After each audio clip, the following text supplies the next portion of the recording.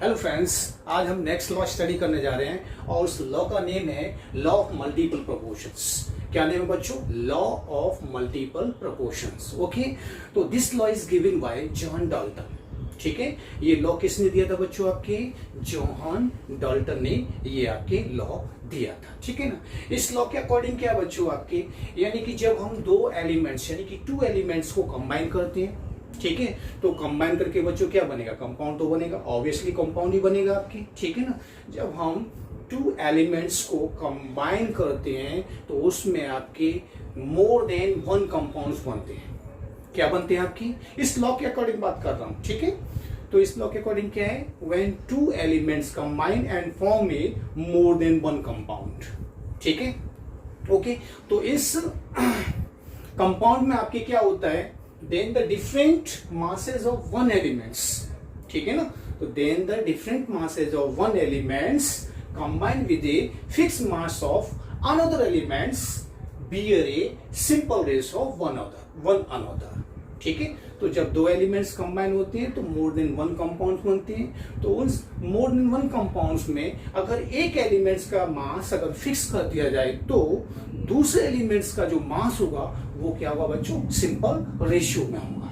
ठीक है, ये लॉ यही बोलना चाह रहा है आपसे। ठीक है, ये लॉ आपके क्या बोलना चाह रहा है आपके कि if two elements combine to form more than one compound, then the different masses of one elements which combine with a fixed mass of another elements bear a simple ratio of one another। इसको example से study कर लेते हैं बच्चों।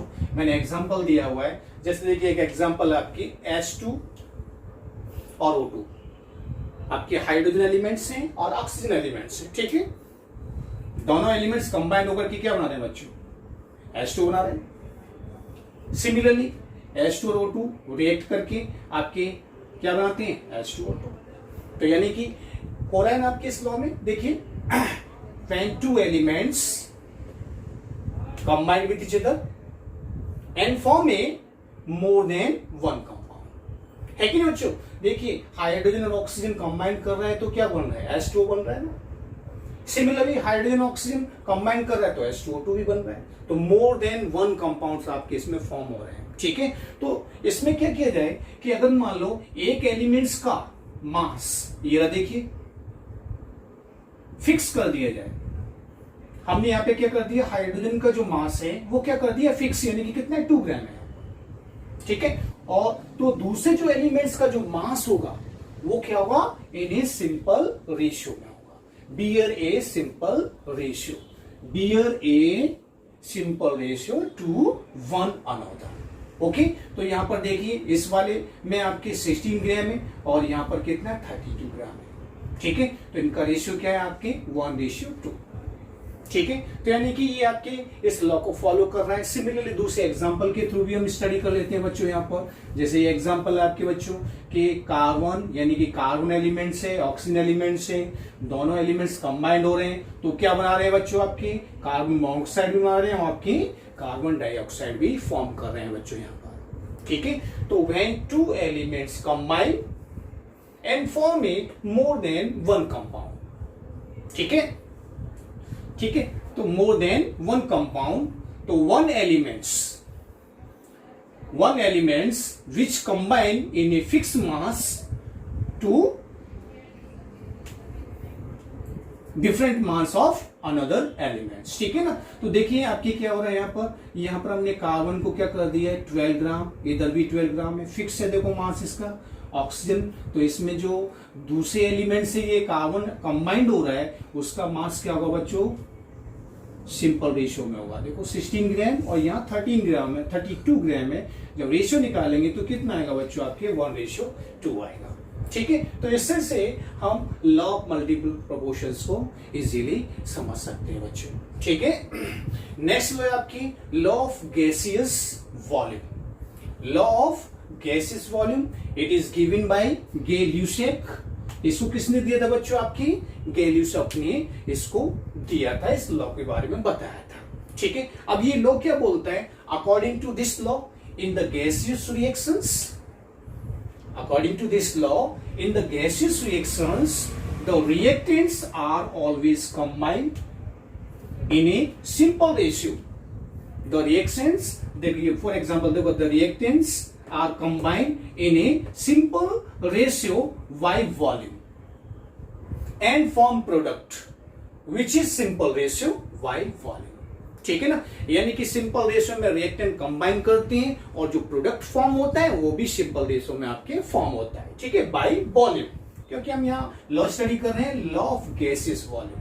ठीक है, तो देखिए in the gaseous reactions the reactants are always combined in a simple ratio by volume and form product which is simple ratio by volume at बच्चों सेम टेम्परेचर एंड प्रेशर। ये कंडीशन अप्लाई करनी पड़ेगी आपको बच्चों, यानी कि same temperature और pressure की कंडीशंस में रिएक्टेंट आपके क्या सिंपल वॉल्यूम में कंबाइन होते हैं और जो प्रोडक्ट भी बनता है वो भी आपके सिंपल रेशियो बाय वॉल्यूम में ही बनेगा। एक एग्जांपल हमने यहाँ पर 2 एग्जांपल स्टडी किए, देखो H2 + Cl2 फॉर्म 2HCl।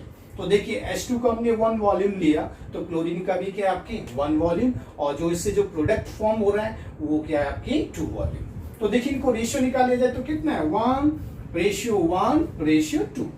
ठीक है, तो ये क्या हुए बच्चों आपकी सिंपल रेशियो बाय वॉल्यूम। दूसरा एग्जांपल जैसे nitrogen react with hydrogen and form ammonia. ठीक है, तो इसमें नाइट्रोजन क्या है आपकी 1 वॉल्यूम में, हाइड्रोजन कितने बेटा आपकी 3 वॉल्यूम में, और जो आपकी अमोनिया बना है वो आपके कितने हैं 2 वॉल्यूम। तो इसमें जो रेशियो निकलेगा बच्चों वो क्या रेशियो होगा आपकी सिंपल रेशियो होगा, देखो 1:3:2। ठीक है, तो सिंपल रेशियो बाय वॉल्यूम में आपकी ये रिएक्ट करते हैं और प्रोडक्ट भी आपके फॉर्म करते हैं बच्चों। क्लियर बच्चों ये चीज। ठीक है, अब नेक्स्ट लॉ अपना यहाँ पर एवोगैड्रो लॉ। ठीक है, नाम से ही पता चल रहा है बच्चों एवोगैड्रो लॉ, यानी कि it is given bye Avogadro. ठीक है, ये जो लॉज दिया था बच्चों वो किसने दिया था, एवोगैड्रो ने दिया था। और इस लॉ में बोला क्या था एवोगैड्रो जी ने, क्या बोला था कि equal volume of all gases, ठीक है, equal volume of all gases contain equal number of molecules at same temperature and pressure। तो एवोगैड्रो साहब ने क्या बोला था कि अगर मान लो बहुत सारी गैसें, उन सभी गैसेस का वॉल्यूम क्या है इक्वल है। ठीक है, तो जब वॉल्यूम इक्वल है तो उन सभी गैसों में नंबर ऑफ मॉलिक्यूल्स भी आपस में क्या होंगे इक्वल्स होंगे। और कंडीशन क्या है at same temperature and pressure. ठीक है, तो सेम टेम्परेचर एंड प्रेशर पर equal volume of all gases should contain equal number of molecules बच्चों। ठीक है, तो इससे आपकी ये एवोगैड्रो जी ने लॉ दिया था। जैसे एक एग्जांपल के थ्रू हम स्टडी कर लेते हैं, जैसे H2 react with Cl2 2HCl form करता है। ठीक है, तो इस H2 में देखिए मान लो 1 वॉल्यूम हाइड्रोजन का है, 2 वॉल्यूम आपके 1 वॉल्यूम Cl2 का है, और ये 2 वॉल्यूम ऑफ HCl फॉर्म करते हैं।